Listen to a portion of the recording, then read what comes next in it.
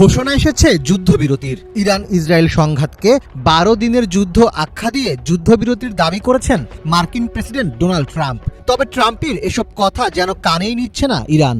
এবার ইরানের টার্গেট মধ্যপ্রাচ্যের মার্কিন সামরিক ঘাঁটি। যুক্তরাষ্ট্রের আল উদেদ বিমান ঘাঁটি লক্ষ্য করে 23 জুন রাতে ক্ষেপণাস্ত্র হামলা চালিয়েছে ইরান। কাতারের রাজধানী দোহার উপকণ্ঠে অবস্থিত এই ঘাঁটিতে ইরানের একটি ক্ষেপণাস্ত্র আঘাত এনেছে বলে নিশ্চিত করেছে দেশটি। কাতার জানিয়েছে ইরান সব মিলিয়ে 19টি ক্ষেপণাস্ত্র ছুড়েছিল, যার বেশিরভাগই প্রতিহত করা হয়েছে।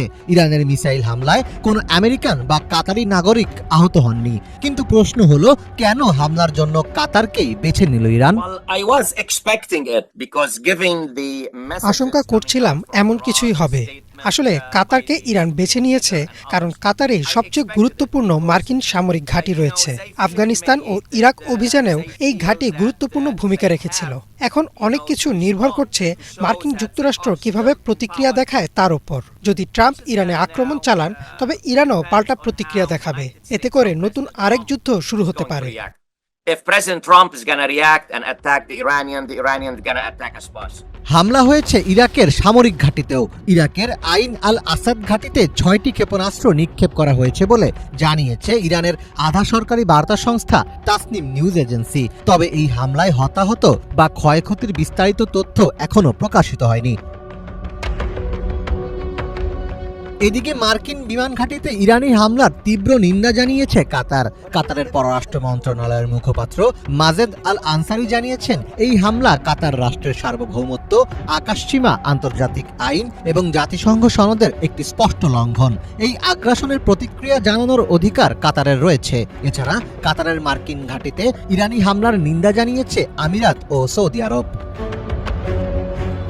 তবে মার্কিন ঘাঁটি লক্ষ্য করে ইরানের এই হামলাকে স্বাগত জানিয়েছে ইরানিরা। হামলার খবর প্রকাশের পর রাস্তায় নেমে উদযাপন করেন তেহরানবাসী।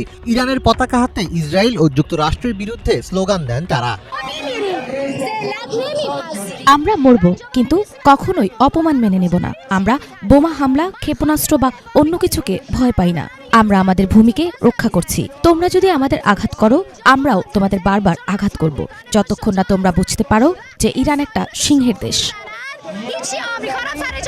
যুক্তরাষ্ট্রের সাথে চলমান উত্তেজনার মধ্যেও ইসরায়েলে হামলা অব্যাহত রেখেছে ইরান। ডোনাল্ড ট্রাম্প ইরান ও ইসরায়েলের মধ্যে যুদ্ধবিরতির ঘোষণা দেওয়ার পরও ইরান থেকে 2 ধাপে 6টি ক্ষেপণাস্ত্র হামলা চালানো হয়েছে।